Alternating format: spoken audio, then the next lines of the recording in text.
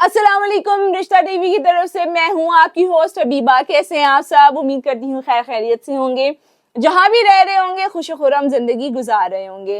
तो जैसा कि आपको पता है, रिश्ता टीवी की तरफ से मैं आपके लिए लेकर आती हूँ हर रोज नित नए रिश्तों की मालूमात। तो आज भी मैं हाजिर हूँ आपके लिए एक बिल्कुल ब्रांड न्यू रिश्ते के साथ। तो तफसीलात बताने से पहले आपसे रिक्वेस्ट है कि आप हमारे टिकटॉक, फेसबुक और यूट्यूब चैनल को आपने लाजमी सब्सक्राइब करना है। ठीक है, स्किप नहीं करना, पैसे नहीं लगते इसके।